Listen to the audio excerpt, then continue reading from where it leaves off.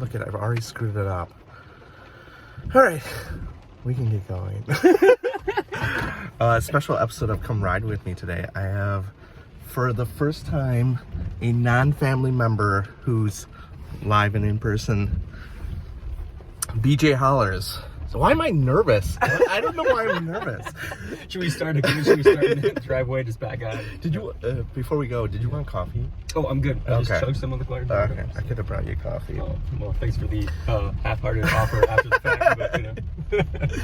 So, BJ is, I don't even know what BJ does. No, BJ is a author, a father, chauffeur today, and a husband, a professor, a friend, and a bunch of other things. All right, first question that I have for BJ. What is your favorite Simpson episode and why? Oh my gosh, that's a good question. I've I've been pondering this one all morning just in case it came up. I'm sticking strong with the lemon tree episode. Okay. I just love it for so many reasons. I kind of like the father-son bonding of it. I like the town versus town and kind of the patriotism between these towns, one loving their lemons, one loving their beets. A lot of good jokes, but I think mostly it's kind of just watching it with my brother for the first time all those years ago kind of plays a role. So same reason I like movies, particular movies, same reason I like particular books. It's kind of not less about the thing itself and more about the experience that surrounds it, probably. Is there a movie that you would compare to the Lemon Tree episode? No, not directly, but back to that idea of kind of things you watch with people that have meaning later. Yeah. It has to be my all-time favorite movie. Brace yourselves. Homeward Bound: The Incredible Journey. Oh my gosh, that movie gets me every time. Is that the first one? It's the original. It's Okay, The Incredible Journey. Yeah. It's not that San Francisco nonsense, the second one. It's like where Shadow gets down in that, I don't know, some kind of valley or pit of sorts, and has to claw his way out of the mud. Spoiler, he makes it. But man, when you're 9 years old watching that with your little brother, those tears are authentic. I also love that movie. That's so funny that you brought that up. I have not heard anybody talk about Homeward Bound for years. Well, Michael J. Fox? yes, the voice of Michael Yes. J. Fox. Chance. Yep. And then who plays the cat? I think someone famous. I feel like it's like a Lily Tomlin type, but I don't know if it's her. Is it Bonnie? I feel like it's Bonnie Hunt. Is it the? Oh, that sounds right. Does Bonnie Hunt play Renee Zellweger's sister in The Lemon Tree episode? Jerry Maguire? Oh gosh. This now just became an IMDb show, so. All right, moving to questions about writing. What, in your opinion, makes a good writer? I think it has to do with that day after day, nose to the grindstone business, and that's not for everyone. I have lots of very well-known kind of writer friends who don't do that at all, and they kind of sit back for 6 months and just kind of ponder and then just power through it in 6 months or something. That's not me. I have to kind of get to it every day.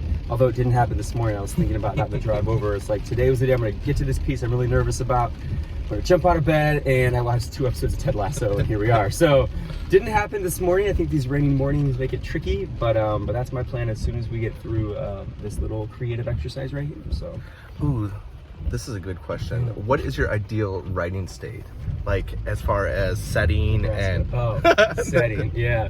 Like where I need to be to make it happen? Yeah, or like what needs to be happening, like you said, rain threw today off. Well, which is stupid because rain's a great opportunity to stay inside and write. I just got lazy. But it's funny because as a younger writer, and I do this with my students, I ask, what are the ideal conditions for you to be a perfect writer? We have all these ideas. It usually is a nice rainy day. There's fog over the river, nice cup of coffee, all of this. But the older I get, the less time I have, the more children I have and all of this. The ideal writing time is any second you can squeeze in, And so I remember a friend of mine saying that when he had his first kid. I asked him, how are you writing? When do you find time? He's like, any second I can squeeze one out, I'll just do it, And so that's sort of what it is today. There's no kind of glamour to it. I think it's just you try to wake up earlier and go to bed later.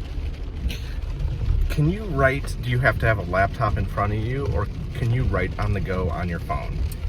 Well, these days it's a lot more of like me sending myself emails and voice memos and whatever I got to do just to kind of get more and more words that I can then copy and paste over into a Word document. But it's getting easier. Like, I'm getting better at just kind of verbalizing stories into my phone, which I can then fiddle with to make them okay, So in the old days I thought that would never work, but again, I think just necessity breeds invention, or whatever that phrase is, you know. And so I am doing a lot more of that lately, especially for the shorter pieces. The books, it's hard to, like, you know, just kind of spot out a book, but when it's a shorter article or something, 1,000 words, I can usually get at least some of the bigger lines that I know will help push me to the next part. This is a triggering question, maybe. Yeah. Do you feel, as a writer, that you're disconnected because you're always thinking, how can I put these situations into words that somebody else will read? You mean like not fully present, kind Yep. of? Yeah, which is awkward for you since I'm now driving you and your life is in my hands. But absolutely, I feel that way. Next one. Just because, yeah, I sometimes I envy those folks who clock in at 9, clock out at 5, and that's that, you know. But there are people like us, I think, who, though you may clock in and out, you're never done. And whether that blurring is part of your job into your creative life or not, for being a writer or any kind of creative, you always are looking for inspiration, you know. So the moment you stop looking for inspiration, the art suffers. And so I kind of envy those folks who can just kind of kick back and watch the Packers game on Sunday, no big deal. I could never do that. I could watch the game, but the whole time I'll be thinking about, I wonder what that player's backstory is, you know. And so it's just a different lifestyle. All right, you have a new book coming. Actually, it's out. Tell us a little bit about Go West, Young Man. Go West, Young Man. Well, that dongle that you were using right now is a big part of the trip. We used that to get one of my favorite photos at one of the sites that we stopped at Chimney Rock. But yeah, kind of a father-son journey where at the end of my son's kindergarten school year, we hopped in the car, did a 2,500-mile road trip to retrace the Oregon Trail and rediscover America along the way. So that's the elevator pitch. It was the best 2 weeks of my life. I wouldn't trade any second of it. Even the worst seconds of it were still some of the best moments of my life. So yeah, it was really fun and excited to share the story. And if people are interested in picking up the book or learning more, where will they go? Anywhere books are sold. We got some local booksellers here in town, and you can go online. There's plenty of places there. We got some readings coming up, so yeah, if you're around, we'd love to see you. All right, pitch some readings locally. Okay, September 1, we got one at the Heidi Center, and then September 9th, we got one at the local store right up the road here off to our right. Sounds good. And then we still have some time, so Yes. I gotta ask you more questions. Yes. This Sunday, I'm gonna try to plan on coming to, is it a writer's? Oh, the writers reunion. Yeah, tell me a little bit Yes, about this. I almost forgot that was happening. I should be there as well. So yeah, we're doing it at Modicum here in town, and you know, when we planned it, we thought, you know, COVID was going to be on the downslide. It looks like it might be heating up a little bit again, but we're just going to, you know, wear our masks and keep our distance and just get together at Modicum from 6 to 8, anytime in there. It's kind of a drop by, and just hang out and see each other again and talk about our writing and all the things we haven't really been able to do in person. We're just going to try to do in person. It's a little private back room area, so just a chance to connect again. It's been too long, and we're ready to say hi. All right, back to Simpsons. Yes, Who's your favorite non-Simpson family member, and why would you pick them? Gosh, that is so hard. That is so hard. I mean, so many people pick Grimy, and I understand that. You know what? I kind of like. I just watched that Summer of 4'2" episode where Lisa becomes cool. Oh yeah, and I love that episode. We watched it kind of at the end of summer. I always watch that one, and I kind of like her little crew of those like cool kids who all kind of come together.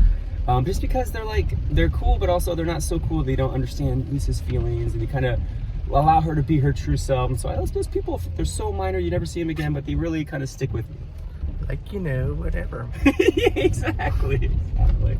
Cool. BJ did not crash and kill us. So not yet. We're not there. We're not there. I want to thank him for coming on the show, and yeah, we'll see you next week. See you then.